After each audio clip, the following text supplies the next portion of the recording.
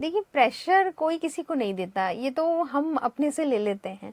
Parents की expectations normal. Parents आपसे चाहते हैं कि जो गलतियां उन्होंने की है वो आप लोग ना करें, है ना।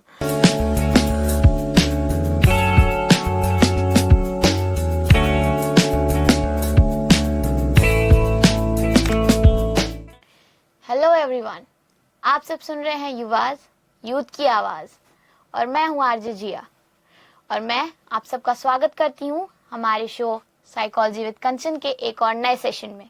और हमारे साथ हैं doctor Kanchan ma'am. Welcome ma'am. Hello जी। और आज हम बात करने वाले हैं वेदर यूथ इज फ्रस्ट्रेटेड और fluctuated, but why. Youth life में ups and downs are very common.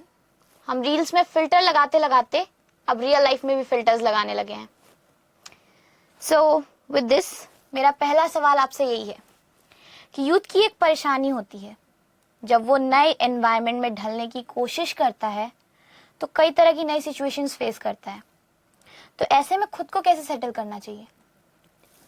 देखिए, ये प्रॉब्लम यूथ की नहीं है। जब भी हम जनरली कोई भी नए एनवायरनमेंट में एंटर करते हैं, ठीक है, तो बहुत सारे डिफ़िकल्टीज़ को फेस करते हैं, क्योंकि जो जिस सिचुएशन से हम आए हैं तो नई सिचुएशन कहीं ना कहीं डिफरेंट है। तो वहाँ हमें एडजस्टमेंट करने होते हैं, कुछ चीज़ों को ऑप्ट करनी होती है ना। हम लोगों को सबसे पहले एज ए साइकोलॉजिस्ट मेरा एडवाइस है कि सबसे पहले आपको ऑब्जर्वेशन मेथड का यूज़ करना चाहिए। जब भी आप किसी नए एनवायरनमेंट में एंटर होते हैं तो आप ऑब्ज़र्व कीजिए कि कैसे लोग हैं, कैसे उनके डिज़ायर है, वो क्या चाहते हैं, क्या एक्सपेक्टेशन है, क्या उनके नॉर्म्स हैं। जैसे धीरे धीरे आप जैसे जैसे ऑब्ज़र्व करेंगे तो आपको बहुत सारी चीज़ें सुनने को मिलेगी, समझने को मिलेगी, और उस हिसाब से आप अपने आप को एडजस्ट कर सकते हैं। You mean observance is the key. Yes. Youth life और एडल्टहुड, जिसमें हमें लगता है कि हमें कोई नहीं समझ रहा, और इसी तरह हम समझते हैं वाइस वर्सा कि दूसरे लोगों को भी लगता है कि हम उन्हें नहीं समझ रहे। तो इस फेज में एक टर्म आता है पर्सनल स्पेस। तो इस पर्सनल स्पेस का यूथ की लाइफ में क्या इंपॉर्टेंस है? ये कितना इफेक्टिव होता है हमारी ग्रोथ के लिए? देखिए जिया, देखा जाए तो पर्सनल स्पेस का टर्म अब बहुत जा चुका है। जब से हमारे पास एंड्रॉयड मोबाइल आए हैं या फ़ोन्स आए हैं, तो पर्सनल स्पेस हमारा बचा ही नहीं है। फिर भी अगर हम पर्सनल स्पेस की बात करते हैं और अगर हम चाहते हैं तो सबसे पहले अपने आप को डिटॉक्स करना होगा, मतलब मीडिया डिटॉक्स करना होगा। मतलब आप कहीं ना कहीं मीडिया से दूर रहें, कैसे भी, मतलब अपने आप को डी अटैच करें और कोशिश करें कि सेल्फ टॉक करें, है ना। मीन्स आप अपने आप से बातें करें। Positive affirmation is important. क्या है ना, हम सारी दुनिया को जानते हैं, सबको जानते हैं, बट हम अपने आप को ही नहीं जानते हैं, है ना। अगर हम जस्ट फॉर एग्जांपल मैं आपसे कहूँ कि अगर आप किसके बारे में सोच रहे हैं तो वो आप नहीं होंगे, वो कोई और होगा, है ना। कि वो ऐसा रिएक्ट करेगा, इस वजह से मैं ऐसा बिहेव कर रही हूँ। मतलब बहुत सारी चीज़ें हैं, है ना। हम चीज़ों को कंट्रोल करने की कोशिश करते हैं। तो फर्स्ट ऑफ ऑल, चीज़ों को कंट्रोल करने से अच्छा अब हमें ये ट्राई करना है कि थोड़ा सा हम स्पेस बनाएं सोशल मीडिया से, थोड़ा सा इंस्टा से, इन सारी चीज़ों से, और सेल्फ टॉक करें पॉजिटिवली, अपने साथ समय बिताएं, है ना। ये इम्पॉर्टेंट है। कोर्स इसी से जुड़ा एक सवाल फिर आता है, यूथ की सबसे बड़ी प्रॉब्लम आज क्या है कि वो अपने रिश्ते बनाता कैसे है, अपने रिश्तों को संभालना। तो आप हमें बताइए, फ्रेंडशिप्स हो या रिलेशनशिप्स हो, इसमें अप्स एंड डाउन्स तो होते हैं, इन्हें कैसे हैंडल करें? देखिए, सबसे पहले अगर हम रिलेशनशिप्स की बात करें या फ्रेंडशिप की बात करें तो अपोजिट अट्रैक्शन इज़ नॉर्मल। लोगों को अट्रैक्शन होता है, लोग रिलेशनशिप में आते हैं, फ्रेंडशिप होती है, बहुत सारे एस्पेक्ट्स हैं और इसको गलत भी नहीं कहेंगे, इट्स नॉर्मल, ठीक है। बट अगर अप एंड डाउन्स की बात हम लोग करते हैं यहाँ पर, तो मेन कंसर्न यहाँ पर ये आता है कि आपने कितना कंट्रोल चाहते हैं आप उस रिश्ते पे। आप जितना कंट्रोल करने की कोशिश करेंगे ना सामने वाले को, तो आप कहीं ना कहीं लो महसूस करेंगे। तो अगर अप एंड डाउन्स आते हैं आपके कोई भी रिलेशनशिप में, तो आप स्पेस दीजिए। दोनों को स्पेस की ज़रूरत है। आपकी क्या डिमांड्स है ना, और उसकी क्या रिक्वायरमेंट्स हैं, आप दोनों को समझिए, है ना। आप किसी भी रिलेशनशिप में किसी को कंट्रोल करने के लिए नहीं है ना, इस बात को समझिए। अगर आप कोई रिलेशनशिप में है, फ्रेंडशिप में है, तो बहुत ज़्यादा इम्पॉर्टेंट है आपको कि आप उसे कंट्रोल ना करिए, उस पर स्पेस दीजिए, फ्रीडम दीजिए, वो अप एंड डाउन सब कवर अप हो जाएंगे। रिश्ते बनाने से एक बात याद आई, अभी यूथ का सबसे बड़ा एक और प्रॉब्लम है, रिजेक्शन फेस नहीं कर पाते हम। रिजेक्शन से भागते हैं या डरते हैं, और रिजेक्ट होने के बाद क्या करें? देखिए, रिजेक्शन बहुत होते हैं, सभी को होता है। एक्चुअली हमारे जो सोसाइटी में है ना, एक चीज़ आ गई है जिसमें पेरेंट्स स्पेशली बचपन से बच्चों को सारी चीज़ें अवेलेबल करवा देते हैं, किसी चीज़ के लिए ना ही नहीं बोलना है। पहले क्या होता था, नंबर ऑफ़ चिल्ड्रंस बहुत ज़्यादा होते थे, बच्चे ज़्यादा होते थे, फैमिली बड़ी होती थी, तो फैमिलीज़ के पास टाइम होता था, कम्युनिकेशंस होते थे उन लोगों के बीच। अब क्या होता है, जैसे ही बच्चे ने डिमांड किया और डिमांड करने के बाद उसको वो चीज़ अवेलेबल हो गई, अब क्या हो गया, उसको धीरे धीरे आदत हो गई है।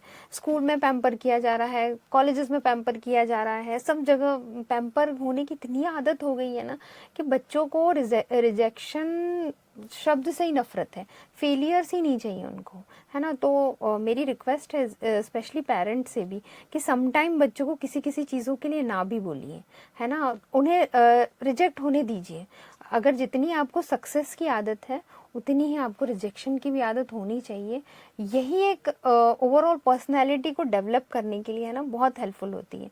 आप किसी की भी सक्सेस स्टोरी देखिए, अगर उसमें उन्हें फेलियर नहीं मिलना होता तो शायद वो उस जगह नहीं होते जहाँ वो अभी है। बिल्कुल सही कहा आपने। फैमिली की बात की जा रही है, फैमिली से एक टर्म यूथ के दिमाग में सिर्फ यही आता है, प्रेशर है, टेंशन है।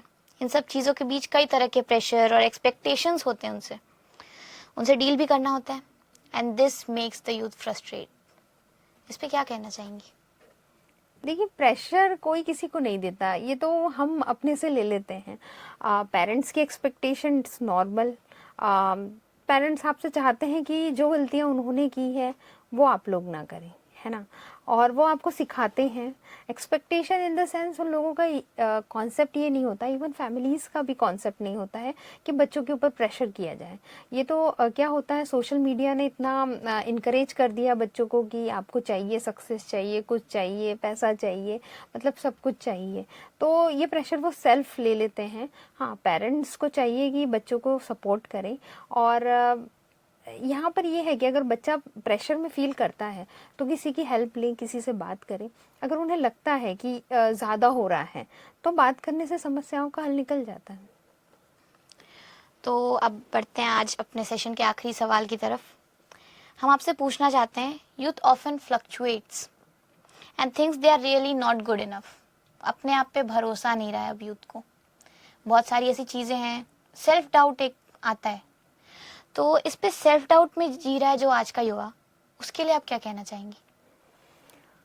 ओके, मतलब अकॉर्डिंग टू यू अभी मतलब लगता है आपको कि जो आज की जनरेशन है वो सेल्फ डाउट की कंडीशन में बहुत ज़्यादा है ना। तो सबसे पहली बात ये है कि अगर आप में सेल्फ डाउट बहुत ज़्यादा है तो कॉन्फिडेंस कहाँ से आएगा, है ना। अगर आप कॉन्फिडेंस और मोटिवेशन की बात करते हैं तो सबसे पहले तो सेल्फ डाउट होता है, ऐसा नहीं है कि किसी को नहीं होता, कभी कभी होता है कि हम ये चीज़ कर पाएंगे या नहीं कर पाएंगे, पर कोई भी चीज़ अगर एक लिमिट में है तो कोई दिक्कत नहीं है। बट हाँ, सेल्फ डाउट जैसा जैसा आप कह रही हैं कि आज की जनरेशन में बहुत ज़्यादा आ रहा है, तो हम उसके लिए आप अपनी एक लिस्टिंग क्रिएट कर सकते हैं। मतलब आप अपने बारे में एक डायरी मेंटेन कर सकते हैं, आप अपनी स्ट्रेंथ, अपनी वीकनेस, है ना, इन सारी चीज़ों के बारे में लिखिए, है ना। जो चीज़ आप बहुत अच्छी कर सकते हैं आप उन पे काम कीजिए, और जो कम कर रहे हैं, जो चीज़ आपकी वीकनेसेस हैं, है ना, आप उनके बारे में लिखिए और उसको कैसे डील कर सकते हैं, है ना। तो जैसे जैसे आप छोटा छोटा स्टेप लेंगे, है ना, एक दिन में तो अगर आप किसी चीज़ या कोई प्रॉब्लम में डील कर रहे हैं तो एक दिन में वो चीज़ तो रिमूव होगी नहीं, है ना। तो मेरे अकॉर्डिंग अगर आप किसी थेरेपिस्ट की मदद नहीं लेना चाहते हैं, किसी से बात नहीं करना चाहते हैं, तो आप डायरी राइटिंग यानी लिखिए अपने बारे में, आपकी वीकनेसेस क्या है, अपनी स्ट्रेंथ क्या है, सेल्फ एनालिसिस कीजिए, अपने ऊपर काम कीजिए।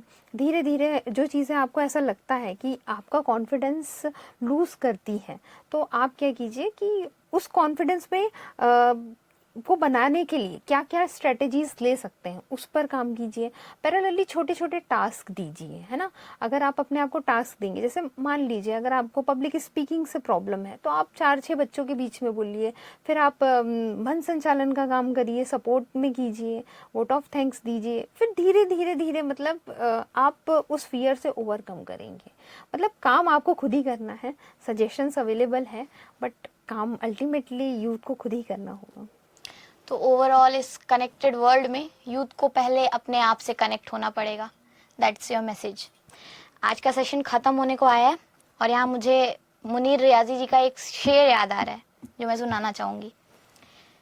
यहाँ हरदम आंखें नम नम और ज़िंदगी में गम ही गम है, फिर भी इन लबों पर मुस्कान है, और जब जीना हर हाल में है तो मुस्कुराकर जीने में क्या नुकसान है। हाँ, और यूथ को एक बात और मतलब एक कोट करना चाहूँगी मैं कि अपने आप को ढूंढिए, अपने आप को जानिए, बाकी सब गूगल पे अवेलेबल है। So find yourself. इसी के साथ आज हम खत्म करते हैं अपना ये session. Thank you so much ma'am for joining us Thank you and so much. Stay tuned for next parts.